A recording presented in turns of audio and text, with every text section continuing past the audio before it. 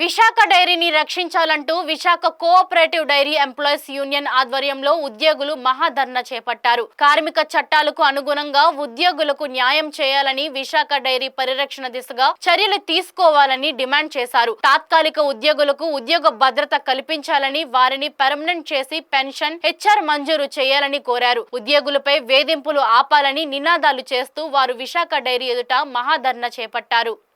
డైరెక్టర్లు అందరూ కూడా అప్లై చేస్తున్నాం. మీరు రైతుల తరఫున, కార్మికుల తరఫున పనిచేయడానికి డైరెక్టర్లుగా ఉన్నారా?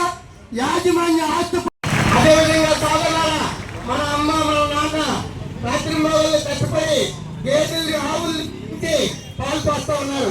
వాళ్ళు ఎన్నుకున్నటువంటి వాళ్ళే అక్కడ మన గ్రామాల్లో ఉన్నటువంటి పాల కేంద్రాలకి అధ్యక్షులు. 2వ తేదీన ఇక్కడ ముట్టడి చేయబోతా ఉన్నాం. ఎందుకంటే మాకు ఇచ్చిన హామీని ఇక్కడ యాజమాన్యం తన మాట తప్పింది. తను చెప్పాడు, ఇక్కడికి వచ్చిన మేనేజరు మేము డైరెక్టర్లతో 3.5 లక్షల రైతులు ఈ డైరీకి పాలు పోస్తా ఉన్నారు. కాబట్టి వాళ్ళందరూ 2వ తేదీని ఇక్కడికి వస్తా ఉన్నారు. ఈ డైరీని ముట్టడిస్తాం. యాజమాన్యం తాలూకా దుర్మార్గాల్ని ఎండగట్టి